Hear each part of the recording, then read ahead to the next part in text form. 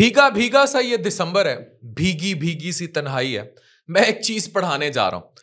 मेरे बहुत सारे बड़े बड़े शायर हजरात दोस्त हैं। ये जो 3-4 महीने होते हैं, नवंबर, दिसंबर, जनवरी, फरवरी, ये इनका सीजन होता है कमाने का। क्योंकि इस दौरान बहुत सारे प्रेमी प्यार मोहब्बत करने वाले निकल आते हैं। लेकिन ये वीडियो मैं उसकी मेडिकल रीजनिंग पे बना रहा हूं। क्या आप सीजनल अफेक्टिव डिसऑर्डर के बारे में जानते हैं? अब इस चीज को समझिए, समझने की कोशिश कीजिए, क्योंकि ये वो चीज है जो आपको फाइट करने में मदद करेगी, सेल्फ स्टीम बढ़ाने में मदद करेगी। या आप किसी मोहब्बत या धोखे का शिकार हैं, तो इस सीजन में वो चीज जब बहुत बढ़ जाएगी तो लोग खुदकुशियां तक कर लेते हैं। तो उस चीज को कंट्रोल कैसे करना है, इस चीज को समझ के, तो ये एक इंतहाई important medical research based video है। इसे एंड तक देखिएगा। सीजनल अफेक्टिव डिसऑर्डर क्या है? ये एक टाइप ऑफ डिप्रेशन है that occurs typically during winters. ये हो तो हर सीजन में सकती है, लेकिन विंटर्स में बहुत ज्यादा हो जाती है। क्यों? क्योंकि डे लाइट आवर्स यानी सनलाइट के घंटे बहुत कम हो जाते हैं। आप ये समझ लें, वही सोलर वाला सिस्टम शुरू हो जाता है। ये जो वीडियो है ये आपको बताएगी वजूहात, सिम्टम्स, और फिर आप पहुंचे इस तक कि मेरे साथ हो क्या रहा है, उसके ट्रीटमेंट ऑप्शंस, और इसको हमने फिर कोप कैसे करना है। इसका शिकार बच्चे भी हो सकते हैं। तो ये एक मूड डिसऑर्डर है। इसमें बार बार एपिसोड्स होती हैं डिप्रेशन की, और जितनी धुंध पड़ती जाती है, सर्दी होती जाती है, स्मोक होती जाती है, ये अलामात ज्यादा हो जाती हैं। आप देखें, घर पड़ी आपकी बेगमात जो है वो बहुत ज्यादा डिप्रेशन का शिकार हो जाएंगी। It's all due to seasonal effective disorder. While ये हर सीजन में हो सकता है, लेकिन सबसे ज्यादा विंटर मंथ्स में होगा। लो एनर्जी होगी, परसिस्टेंट थकावट रहेगी, लैक ऑफ मोटिवेशन होगा, कुछ करने को दिल नहीं कहेगा, एंगर और फ्रस्ट्रेशन की फीलिंग्स होंगी, खाम खा लड़ने को दिल करेगा, डिप्रेशन में चले जाएंगे।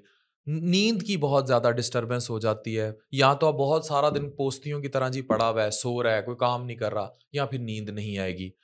भूख की चेंजेस हो जाएंगी, क्रेविंग्स होंगी कार्ब्स खाने की। पोटेंशियल वेट गेन का महीना है, मतलब सर्दियों में वेट बढ़ने के चांसेस बहुत ज़्यादा हो जाते हैं। और कंसंट्रेट करने में मुश्किलात होंगी, फोकस नहीं कर पाएंगे, फैसले नहीं कर पाएंगे, पुरानी यादें तंग करेंगी। जो चले गए हैं, किसी के माँ बाप चले, वो बहुत ज़्यादा डोमिनेट करेंगे। इंटरेस्ट लूज हो जाएगा एक्टिविटीज़ में। तो अब कुछ स्टार्ट्स मैं आपके साथ शेयर कर रहा हूँ कि 1 से 10% ऑफ पॉपुलेशन जो है ना, इन टेम्परेट रीजन जो है वो ये एक्सपीरियंस करती हैं सीजनल अफेक्टिव डिसऑर्डर। यानी 10% तक पॉपुलेशन ओवरऑल इसका शिकार हो सकती है। वुमेन की इतनी ज्यादा रेशो है, हम कहते हैं जी मर्द निकल आते हैं, औरत अपने अंदर रखती है, वो बताती नहीं कि वो इस चीज से गुजर रही है। 4:1 है ये रिसर्च है। 4:1 यानी कि 4 औरतें 1 मर्द इससे इफेक्ट होता है। औरतें 4 गुना ज्यादा इफेक्ट होती हैं। यंगर अडल्ट्स, और फिर किसी की फैमिली हिस्ट्री है डिप्रेशन की, या ओसीडी ऑब्सेसिव कंपल्सिव डिसऑर्डर की, ऑब्सेशंस की, परेशानी की, वो लोग ज्यादा इससे इफेक्ट होंगे। कॉजेज यही है, लाइट एक्सपोजर रिड्यूस हो गई सर्दियों में, लो लेवल्स हो गए बहुत इंपॉर्टेंट न्यूरोट्रांसमीटर सीरोटोनिन के। सीरोटोनिन का सर्ज नहीं आ रहा, सीरोटोनिन का बूस्ट नहीं मिल रहा, डिप्रेशन हो रही है। इसीलिए एसएसआरआईज भी यूज किए जाते हैं इस किस्म के डिसऑर्डर्स में। दिस रिडक्शन ये करती क्या है, बॉडी का सर्केडियन रिदम होता है एक, जो आपको चला रहा होता है, घड़ी है जो आपके अंदर चल रही होती है, उससे स्लीप, मूड, ये सब डिस्टर्ब हो जाता है। फिर कुछ और बायोलॉजिकल फैक्टर्स हैं, जैसे मेलाटोनिन।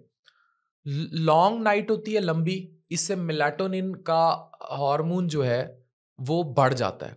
इससे स्लीप को रेगुलेट करना था, फीलिंग ऑफ फटीग स्टार्ट हो गई।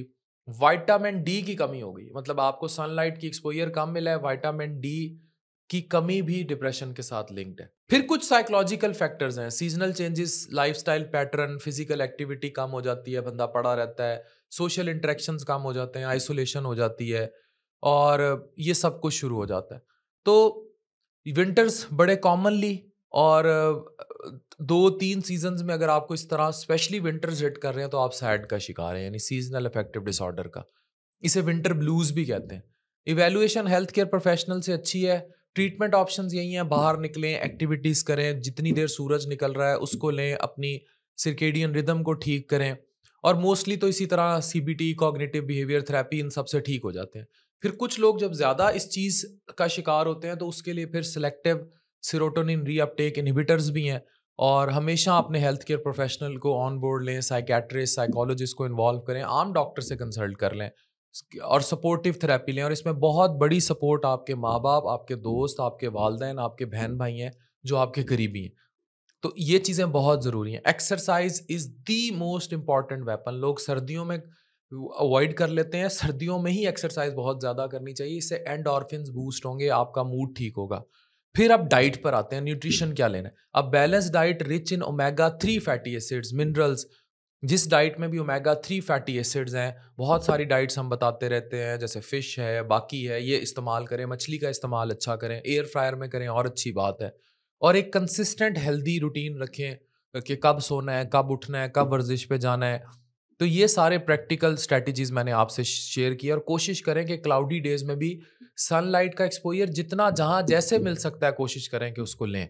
और एक्टिव रहें, अपनी एक्टिविटीज़ में रहें, सोशल कनेक्शंस अच्छे रहें, अपने दोस्तों, रिश्तेदारों से मिलते रहें, योगा करें, मेडिटेशन करें, माइंडफुलनेस की टेक्निक्स इस्तेमाल करें, स्ट्रेस ना दें, ना लें, रिलैक्स रखें अपने आप को। ये सारी चीज़ें हैं जो आपको बहुत ज़्यादा हेल्प करेंगी इसमें। अब ये वाली जो मैंने पूरी टॉक उठाई, ये national suicide prevention lifeline mental health America का ये मैं लिंक शेयर कर रहा हूँ। इससे बहुत ज़्यादा हमने डाटा यहाँ इकट्ठा किया था और आप सबको ये बता रहे थे। प्लीज़ अपने आप को सोचें, समझें और अपने आप को ठीक रखें इन सर्दियों में और बीमारी को अवॉइड करें और इस चीज़ को समझें कि आपके साथ क्या हो रहा है। डॉक्टर अफ़ान कैसर साइनिंग ऑफ।